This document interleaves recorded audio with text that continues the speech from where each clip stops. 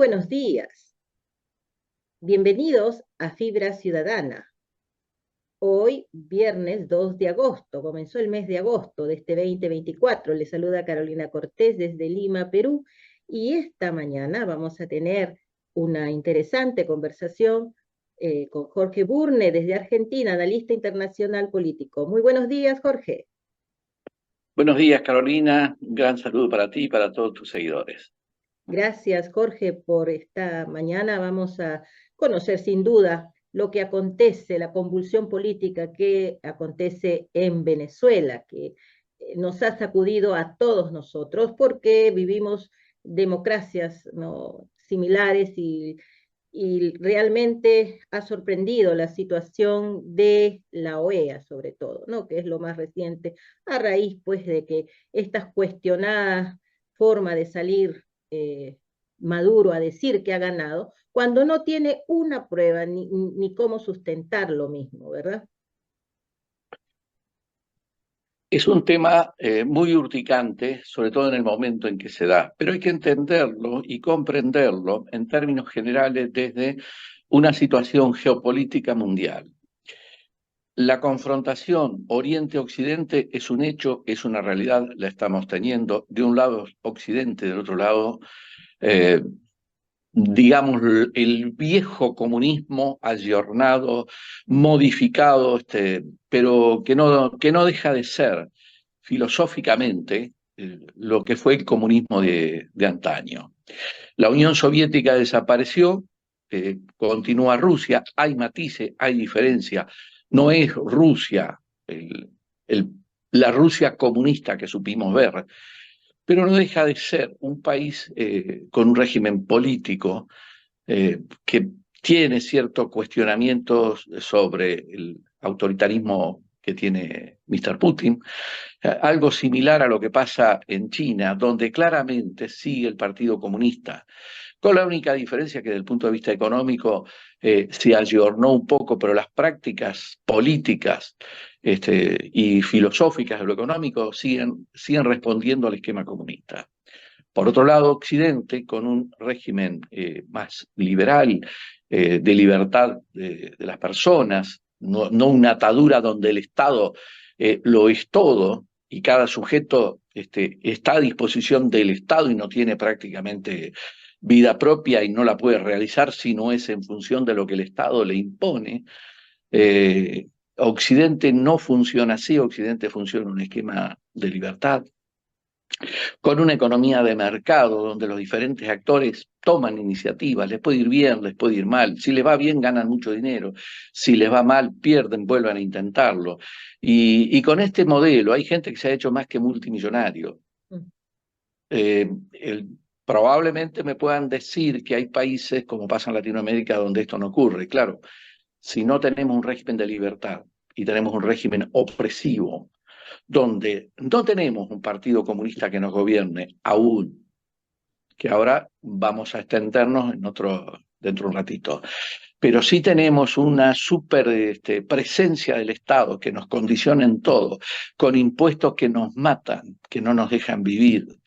Entonces no hay posibilidad de acumular capital para invertir, para desarrollar. Es decir, uno trabaja para estar al día, corriendo todo el día para ver cómo puede alimentarse en el día a día, cómo se alimenta la familia. Es decir, no hay posibilidad que realmente los ciudadanos puedan generar una acumulación de dinero, una acumulación de capital para hacer nuevos emprendimientos y probar suerte, nuevas aventuras empresariales. Cosas que es prácticamente imposible. Entonces, con ese esquema ya de movida, de falta de libertad, la economía está colapsada. Si le sumamos, y dije recién, no tenemos comunismo todavía.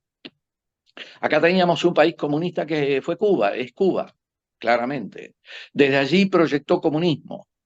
Hoy en día son tres, Cuba, Nicaragua, Venezuela, claramente, y no lo podemos negar. Se le agrega en una medida sui generis, pero muy concreta, Bolivia. Bolivia hoy oficialismo y oposición son del MAS, el movimiento del socialismo. Es decir, Bolivia está tomada por el comunismo también. es. Cosa diferente puede ser Chile, puede ser ustedes mismos, Perú, con el tema de Castillo, que pudieron correrlo, Mm. que salieron de ese camino. O sea, Perú la tuvo más claro. ¿Está? Y tienen problemas, ¿no? Porque más o menos sigo lo que está pasando en Perú, muchas veces a través de los informes que haces en tu programa, a través de otras noticias.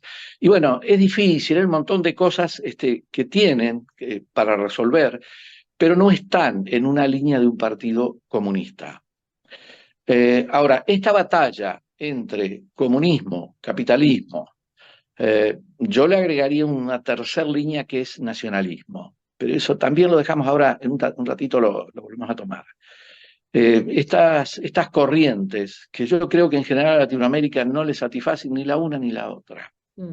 Latinoamérica tiene que volver a recuperar su identidad o sus identidades nacionales. De hecho, Latinoamérica es una gran unidad cultural junto con España, lo que es Hispanoamérica. Y dentro de esto tenemos muchísimas cosas en común, pero a su vez hay diferencia entre los diferentes países. ¿Está? Y ser connacional de tal o cual país no está malo, no debería estarlo. No ser fanático, eso es cierto, no ser fundamentalista, pero tener en claro qué es lo que identifica a cada país y poder portar orgulloso una bandera, un himno, un ícono que nos identifique con nuestra patria, pero a su vez con algo común. No debería ser algo malo. No tenemos por qué ser ni países comunistas, ni ser tampoco países que dependemos, no sé, ni de Estados Unidos, ni de Europa, ni de ningún país. Mm. Podemos ser suficientemente independientes, jugar nuestra propia identidad, nuestro propio proyecto, tener en claro que tenemos alianzas naturales con países de Occidente. O sea, Estados Unidos es un aliado natural, sin duda. Claro. ¿Está? Es la principal potencia que tenemos, no solamente en América, sino en el mundo.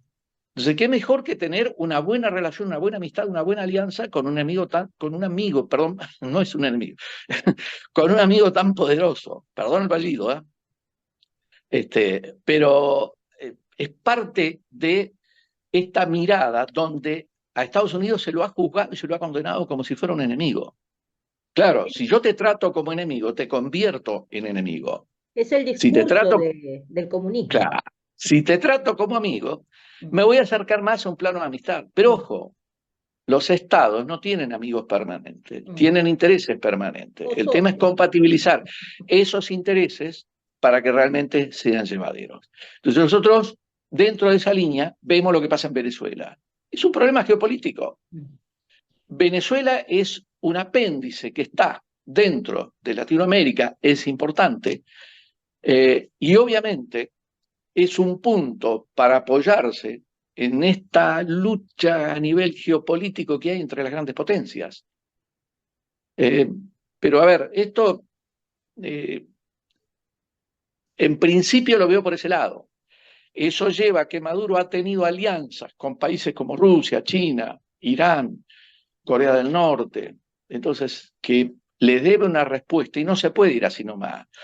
Entonces, por eso está luchando, porque debe favores afuera, pero además tiene compromisos Así en es. el plano nacional que lo complican desde el punto de vista jurídico, penal, en el ámbito venezolano, pero también internacional, en el cual donde deje el poder tiene que enfrentar consecuencias judiciales, y eso es un problema. Ujú. Tienen el poder y no están dispuestos a entregarlo, no están dispuestos a enfrentar las consecuencias de 25 años de desastre y en muchos casos de genocidio, Ujú. claramente. Entonces, desde ese lugar, está claro que ellos van a pelear por mantener impunidad. La vez pasada habíamos hablado de tres cosas: poder, dinero, impunidad. Fíjense cómo ahora se ve con claridad. Así es. Poder lo tienen, dinero ya lo hicieron. Ahora, ¿por qué van? Por la impunidad. Y van a hacer cualquier cosa con tal de lograr la impunidad. Ujú. La pregunta es hasta dónde van a llegar ellos, hasta dónde van a llegar los venezolanos que quieren libertad, hasta dónde va a llegar Occidente, que pide las actas que no van a aparecer, que entiendo que piden y necesitan las pruebas para verificar legalmente Ujú. el estado de cosas y no atarse a opiniones, a presunciones o a datos que, no que digamos son muy vagos. Pero yo no tengo duda de la victoria que ha tenido la oposición. Porque en los diferentes audios, en los diferentes videos que hubo recién terminado el acto eleccionario de diferentes lugares de Venezuela, no importa de dónde fuera, no importa cuál fuera, ¿tá? Los resultados eran aplastantes a favor de la gente de Corina Machado. ¿Está? Entonces, yo no lo dudo, de ninguna manera no lo puedo dudar, porque además es un proceso que lo vengo siguiendo hace muchos años. Y no nos olvidemos, en el 2013, cuando estaba pendiente la discusión de quién le correspondía el triunfo por un supuesto fraude, que después se dijo que sí, donde Capriles era el que había ganado. Sin embargo, estando esto sometimiento bajo análisis del Consejo Nacional Electoral, Maduro se coronó emperador, como lo hizo en su momento Napoleón, y se juramentó como presidente cuando todavía no tenía de derecho, no tenía la certificación. Volvió a hacerlo en el camino y lo está haciendo al día de hoy. Y ya no va más. Venezuela está quebrada, está hundida, está triturada, una sociedad dividida, casi 8 millones de venezolanos en la diáspora repartidos por el mundo, de los cuales curiosamente apenas pudo votar una cantidad inferior al 1% de los que están afuera. Que todos esos votos hubiesen sido para Corina Machado y Gómez Urrutia. Pero sin embargo, los viejitos, mira, hay chicos, acá nosotros tenemos 1,5 millones de venezolanos, y los viejitos, dice, mis abuelos se han levantado de la cama para ir a votar. Imagínate, ¿cuál será el hartazgo de la gente? Porque Maduro era un claro lo que nosotros vemos, para Venezuela. Lo que nosotros vemos y tenemos que comprender, que nosotros ya estamos en esta guerra. Una guerra que todavía no se escuchan fusiles, cañones y misiles. Pero es una guerra que estamos. Por ahora es una guerra cultural. Pero creo que es una guerra que va a crecer. Venezuela es un símbolo, pero también puede ser una chispa que puede encender la región. ¿Por qué? Porque en cada país de Latinoamérica hay grupos que le van a responder al comunismo internacional, le van a responder al castrochavismo que tanto daño ha hecho, pero que han crecido basados en la mentira, el relato, la fantasía, la oferta de un paraíso que en realidad es un infierno, pero donde mucha gente todavía quiere creer por temor, por ignorancia, quiere creer en ese cántico, y va detrás de esa épica, de esa gloria, que después de un siglo de la revolución bolchevique de 1917, ha quedado demostrado durante más de un siglo que ha fracasado allí donde ha estado. Entonces, volver a insistir sobre un remedio, sobre una cura que mata al enfermo, a mí me parece de un grado de estupidez humana inimaginable. Pero la ignorancia acompaña a que así se piense, a que así se lo quiera sostener. Y viva la revolución. Una revolución que genera hambre, miseria, violencia, muerte. Pero que viva la revolución. A ver, ¿qué ganamos? Y a Maduro yo lo veo muy nervioso. Fíjate que en una de sus intervenciones, él habla, ¿no? Lo que pasa es que estos grandes imperialistas vienen tras la joya, tras la corona que tenemos nosotros. Hay un claro nerviosismo de este tipo, porque claro, como tú bien dices, él sabe que está un poco bien, más que cercado por toda su gente, porque él ha visto todos los millones de venezolanos que en los lugares donde él ganaba, inclusive ha perdido. Y entonces él se ve acorralado. Él lo único quiere que imponerse de todas formas y como dé lugar, porque como tú bien dices, él le debe a Pedro, Juan y Diego por todo lo que está haciendo. Pero es más, él le teme a lo que realmente le va a pasar. Entonces aquí, fíjate que ahora la gente empiece a sentir, ya no tener miedo, ¿no? A decir que ellos van a querer recuperar su democracia a como dé lugar. Y les ha dado, yo creo que a la gente de Venezuela, repartida en nuestros países, les ha dado un gran alivio saber de que hay países como los nuestros que los han respaldado, ¿no? Se sienten, ay, ¿no? Gracias, ¿no? Acá nos dicen gracias, ¿no? Gracias, porque su canciller, ¿no? En el caso, ha dicho muy bien, ¿no? Perú ha dicho muy bien, y Argentina, mire, la canciller también le dijo, ¿no? Estamos en el momento de decir si estamos con el bien o con el mal. Y qué importante es que tengamos estos representantes. En el caso de Perú, por ejemplo, nosotros tenemos también un lado, acuérdate que Perú Libre era el lado extremo de la izquierda, y nos aparece, pues no sabíamos que habíamos tenido congresistas de Perú Libre que se fueron pagados, todo pagado por Maduro para que sean veedores. Entonces, mientras nosotros estamos acá, ¿no? Diciendo que no queremos comunismo, tenemos esa fragilidad en nuestra política. Entonces, en esa línea, Jorge, nuestros países, por un lado, sabiendo que queremos empujar el carro hacia adelante, queremos que la economía se abra, queremos oportunidades para todos. Mientras tanto, también tenemos estos otros lobos, ¿no? Que quieren saquear un Estado. Y en esas fricciones políticas, qué importante lo que también decías, que tengamos la identidad cultural que no se debe de perder, porque acuérdate que también que esas ideologías un tiempo atrás empezaron a salir con un mantel de chifa, ¿no? De varios colores, ¿no? Haciéndonos creer que éramos una... No, nuestros países tienen identidad.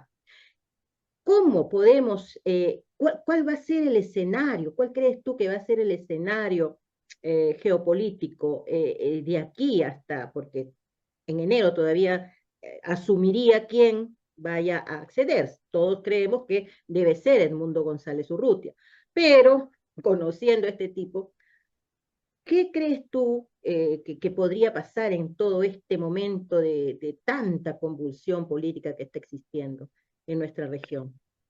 El primer punto que uno tiene que ver es qué va a pasar en Estados Unidos. Lamentablemente el gobierno de Biden ha sido un desastre en este sentido. Su posición centroizquierdista con una vicepresidente de extracción comunista no fue bueno. No fue bueno para Estados Unidos, no fue bueno para la región. Estados Unidos claramente fue infiltrado. El que dio la voz de alarma, le guste o no, fue Trump. No en vano quisieron matarlo, porque en realidad afectó intereses. Porque lo que hay que ver acá es los intereses de algunos grupos económicos dentro de la política, que obviamente buscan llevar agua para su molino, fortalecer sus negocios, sin importarles si el mundo va a ser comunista o lo que sea, porque ellos tienen un poder económico enorme en sus manos que lo mueven a gusto y piacere. Lamentablemente creo que no advierten, como pasó en la Rusia imperial cuando entró el comunismo, que esos mismos grupos económicos que apoyaron en la emergencia, que emerja el comunismo bolchevique, después fueron por los mismos que ellos apoyaron, se los llevaron puestos, es decir, se los devoraron. Entonces, el comunismo tiene como un factor común fagocitarse a sus propios camaradas que lo llevan al poder, detrás de esas purgas políticas que hacen, porque no aceptan de ninguna manera la pluralidad, la discusión, que haya una suerte de mesa de consenso, no. Son prácticas personalistas de líder único, omnipotente, omnipresente, autoritario, donde hay alguno que sale a decirle, esto no me gusta, no estoy de acuerdo, podríamos modificar aquello, aunque lo hagan en los mejores términos, hay que cortarle la cabeza. Está bien.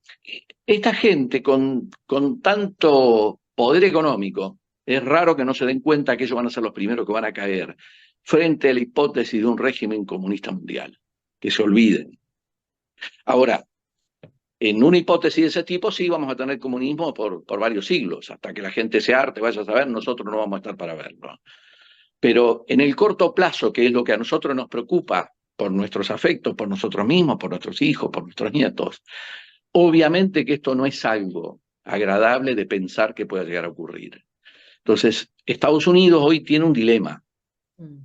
Y yo creo que la sociedad americana, un poco más culta, en promedio, se ha dado cuenta de la amenaza que tiene, y sobre todo la comunidad latina, que fue la que, huyendo de regímenes socialistas de sus países, fueron a votar socialismo con los demócratas en Estados Unidos. Es algo que no se puede entender. Pero bueno, pareciera ser que han reaccionado y hoy la comunidad latina apoya a Trump. Eso es bueno, porque realmente yo creo que el próximo presidente de Estados Unidos va a ser Mr. Trump. Y Trump se ha manifestado claramente contrario a la guerra, se ha manifestado claramente en contra del Estado profundo, es decir, que Estados Unidos no sea manejado por burócratas detrás de un escritorio con rostros invisibles, pero con responsables visibles que son los políticos tontos que prestan la cara, mientras otros mueven los hilos del poder. Trump no fue así y eso lo demostró, y eso fue el hecho justamente que disparó. De eso yo no tengo duda. Como dice un viejo refrán, yo no tengo prueba, pero no tengo duda. Entonces, de acá a las elecciones de noviembre que se dan en Estados Unidos, puede pasar cualquier cosa, porque van a tratar de que el daño que puedan llegar a tener sea el menor posible. Y no nos olvidemos que hay focos de conflicto en distintas partes del mundo.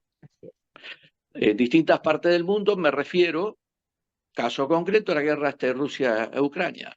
Yo creo que Rusia se va a terminar quedando con una parte importante de Ucrania, como una cuestión histórica, pero también como una cuestión histórica. Latinoamérica está más cercana a Estados Unidos que no de Rusia, mucho menos de China, incluso culturalmente, somos Occidente. A mí me preocupa realmente las inversiones que van a empezar en Perú a través de China. O sea, muy bonito, todo muy próspero aparentemente, pero me preocupa sobre todo quienes han hecho las negociaciones. No hay todo claro acá para la tribuna. Como lo dije antes. Si tenemos Estado Nacional, si tenemos cultura e identidad nacional, bienvenida a las inversiones, no importa el color. Sí, pero no es el caso en nosotros, con un gobierno un poco muy dubitativo, que no ha ido a negociar.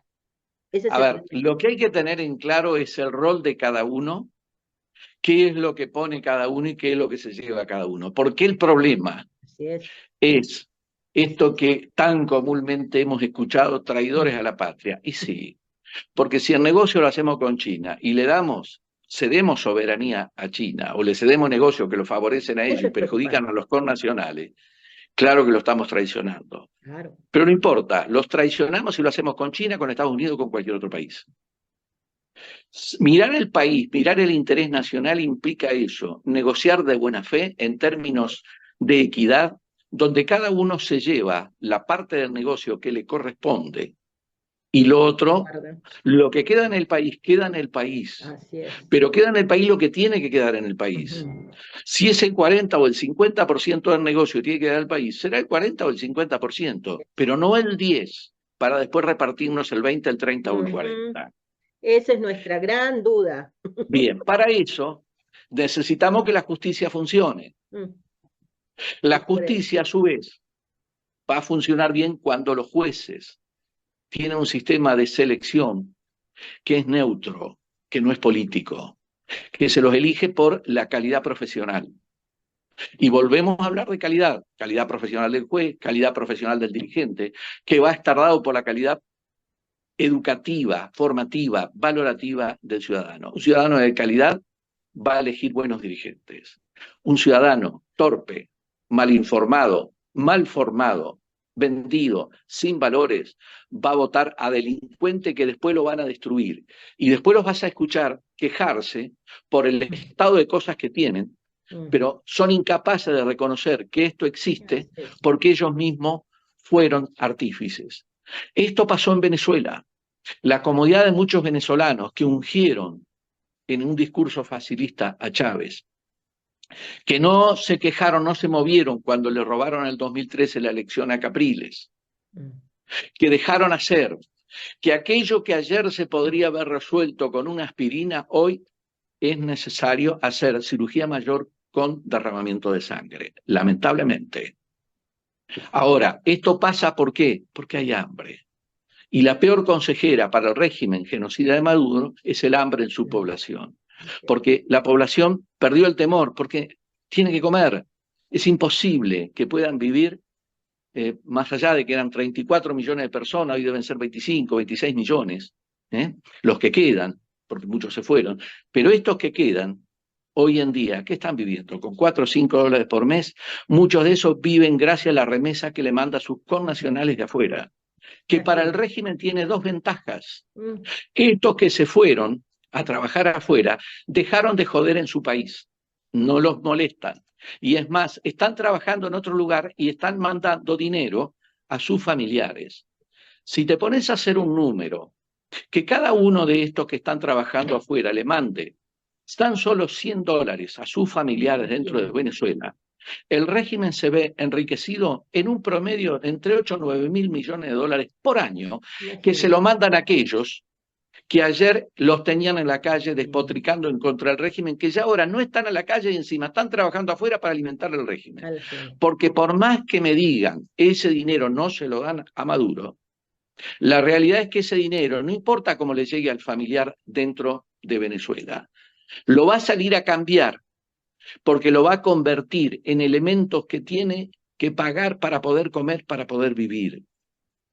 Ese dinero, nadie se lo come, ese dinero termina nuevamente por muchos caminos que va a recorrer en las arcas del Estado, que se lo queda, que se enriquece con eso y que sigue usando ese dinero para comprar armas para después volver a reprimir a los que quedan y que ya están quebrados. Y que ahora se han levantado, han dicho basta y ya no les importa. Si total, saben que de hambre van a morir. Morir de hambre, morir luchando, la opción ahora es morir luchando. Ese es el problema de Maduro. Ahora, lamentablemente esto lo que refleja es que dejaron estar esto mucho tiempo para llegar al final y tener que actuar ahora cuando se pudo haber actuado antes. El mensaje que tenemos que de alguna manera recoger de eso, de los países de Latinoamérica, es evitar que esto vuelva a ocurrir, evitar que estos regímenes se instalen, que se adueñen, que se apropien de ese poder que en un momento constitucional y democráticamente les pudo haber correspondido y llegaron por el voto, llegaron por la estafa moral de prometer lo que se sabe que no va a cumplir, pero que después cuando no se cumple y la gente va y les vota en contra, por fraude, por manipulación, o alteración de los registros electrónicos, como le hicieron en su momento a Capriles, se siguen en el poder. ¿Porque la gente lo votó? No. Como dijo Stalin, no importa quién vota, lo que importa es quién cuenta los votos. Más simple, más claro, ¿no la entendemos? Bueno, si la sociedad de los países no entendemos esto, vamos a estar condenados a padecer este tipo de regímenes en los tiempos venideros. Yo espero que Latinoamérica se pueda sacar este cáncer de encima. Y cuando tú estabas mencionando todo esto del hambre y la ignorancia, me hiciste recordar la frase de un prócer de ustedes, un prócer argentino, Juan Bautista Alberdi, que dijo, hay que combatir el hambre y la ignorancia, porque el hambre Totalmente de acuerdo. Porque el hambre se vende y la ignorancia se equivoca. Exactamente. Y es tal cual. Y es tal cual. Es parecido Exactamente. Que estuviera viviendo el escenario de este señor hace más de 100 años atrás, pero estamos viviendo un escenario político en nuestros países tal cual, que por eso te digo la preocupación que se tiene y que se vive en nuestros países, en las esferas de nuestras realidades, saliendo a 100 metros de la calle nomás, viendo la realidad que está aconteciendo. Dios nos libre a nuestros países de grandes males, pero necesitamos que nuestra gente, y esta es la intención del programa, que nuestra gente despierte, se les abra los ojos, se les caiga las vendas, se les abra el cerebro y puedan decir que no, pues no podemos vender el país por una caja de alimentos, ¿no? Que no podemos vender el país porque me van a dar un puestito en el Estado, porque esta vez sí. Al final es que roba tú ahora, que yo robo después, ese es el problema que tenemos acá en Perú por lo pronto. Y sin duda, nuestros países estamos viviendo como al día, porque estamos viviendo en estos precisos momentos en Perú, donde dicen que hay inversión, pero hay inversión, porque la gente estamos todos los días, el día a día, parando la olla, como se dice, ¿no? Como lo que decías tú en Venezuela. ¿no? Que la gente recibe lo que los demás le envían. Es preocupante. Te agradezco, Jorge, este precioso momento que analizar lo que acontece en estos momentos a Venezuela, que realmente nosotros anhelamos y cuántas veces no hemos conversado que queremos la libertad de Venezuela, que les damos fuerzas a aquellos venezolanos que la están luchando. Dios abra la puerta para que así suceda y esto sirva de experiencia para que nuestros países, que nos estamos librando de tantas desgracias, podamos caer en estos sistemas o en cualquier otro que nos suman en mayores desgracias de las que ya tenemos. Para cerrar también de mi parte y continuando con algo que citaste respecto de Alberdi, nosotros tuvimos un presidente acá, prócer cuestionado, no importa, Sarmiento. Cuando asumió su función como gobierno, lo primero que hizo fue un censo para saber cuál era el estado de educación de la población. Y se dio cuenta que era un desastre. Y el analfabetismo era violento. Basó su política en la generación de escuelas. Se construyeron en su gobierno miles de escuelas. Y se le atribuye una frase que hay que educar al soberano. Hay que educar al soberano. Sarmiento hoy es un tipo denostado. Es un tipo no querido, sobre todo por la izquierda. Le atribuyen cualquier cosa. Claro, un tipo que aviva giles, como decimos acá. Un tipo que abre la cabeza de sus conciudadanos, sus connacionales. Un tipo que les enseña o les dio las herramientas para que aprendan, para que elijan mejor. Y justamente eso es el problema de la izquierda. Que haya buena educación, porque cuando hay buena educación la izquierda desaparece. Cuando la educación cae, cuando la brutalidad ingresa, cuando la ignorancia se mete dentro del sujeto y el hambre le golpea la panza, sí, ahí como dice Alberdi, el hambre se vende y la ignorancia se equivoca. Y eso fue aprovechado por la izquierda en los últimos años. Sin embargo, para ese momento que Sarmiento dijo hay que educar al soberano, tanto lo que él hizo como las gestiones posteriores que habilitaron el desarrollo de la economía no fueron gobiernos populistas, fueron gobiernos normales, equilibrados, se centraron en el desarrollo de la población.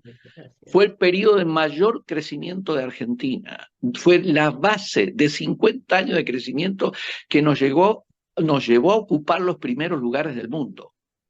Luego las ideas populistas llevaron al desastre de los últimos 95 años, porque después de la crisis de 1929 de Nueva York, Argentina, que estaba en los primeros lugares, subió, bajó, subió, bajó, subió, bajó, pero la pendiente fue negativa en casi el último siglo. Digo, me parece que es tiempo de darse cuenta de este tipo de cosas para cambiar la historia. Porque esto que pasa en Venezuela, que también pasó en Argentina, que le está pasando a ustedes en Perú, afecta a toda la región. Hay que correrse de estas ideas que son destructivas. Y hay que abrazar las ideas que nos dan libertad para crecer. Claro, libertad para crecer también implica la responsabilidad de hacerse cargo de uno mismo, porque lo que no está bien es pretender que los demás se hagan cargo de alimentarnos, de pagarnos nuestros gustos, nuestros vicios. Eso no es así. Esa promesa no se puede cumplir, es injusta, es violenta y termina trayendo todo este tipo de problemas de miseria, de violencia y de muerte que no solamente está viviendo Venezuela, que hoy es el foco de atención, sino que lo estamos viviendo todos los países de la región. Así es. Gracias, Jorge, por recordarnos entonces a Sarmiento en que hay que educar al soberano y así que mantener esa visión a quienes vayan a liderar los países y hacer fortaleza de identidad nacional y de empuje, ¿no? Uno sale haciendo honestamente su trabajo. Pero esto hay que multiplicarlo porque los populistas ya sabemos a qué se dedican realmente, ¿no? Se dedican a generar hambre, miseria, desconcentración total de la gente, distraer a la juventud, pan y circo, pan y circo. Y droga. Y la droga que está también detrás, ¿no? Los narcoestados que hacen también Exactamente, la suya, ¿no? Así que exactamente. atentos, amigos de la región. No podemos caer en estos desastres políticos que está pasando en estos momentos Venezuela. Pero Venezuela, hay que seguir adelante. Un día llegará la victoria. Esto ha sido Fibra Ciudadana. Nos encontramos en una próxima oportunidad. Gracias, Jorge. Hasta pronto.